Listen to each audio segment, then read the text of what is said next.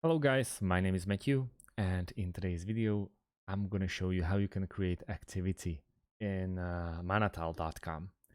First of all, I created this account just for purpose of these videos. So this is like my fourth video or fifth video about it. So we are going step by step. So I recommend you checking the previous one out. How to create action? Well, it's actually very easy. We have to go to the top corner of your screen on the right part, and there is create activity. Underneath this little plus button that you have to click on, and then create activity. Add a title, for example, business meeting. It can be call, it can be task, it can be email, it can be interview. Basically, whatever you can pick from those 5 options: call, meeting, task, email, interview. Start and finish. Also, this will count how many minutes it's gonna take for this interview, or yeah, in this part, let's go with interview. We can share guests, we can pick the location related to, we can go to department and select a department. Let's go with PR. Assignees.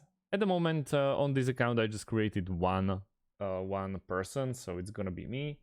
Attendees, online meeting type, a manual URL, and then you can add a URL, for example, through Zoom. Importance, and then we have a description. We can also attach a file. That's why I really like Manatal.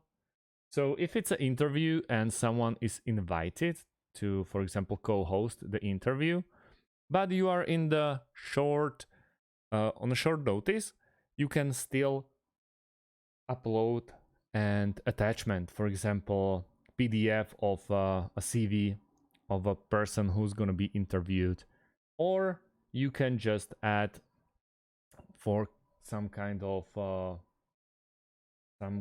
materials for meeting that everyone has to go through during this meeting. And then you hit up the save option and you successfully created an activity. On the left side you have the activities.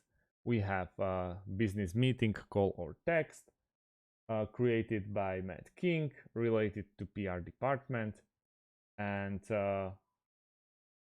down there you can just check who's the creator, attendees, and many more. There are 3 options, these 3 dots, where you can either check the activity, or the fast check the activity, or mark as done, edit, or delete the activity. Once you click on delete, you can hit continue, and the activity is deleted and there is no more.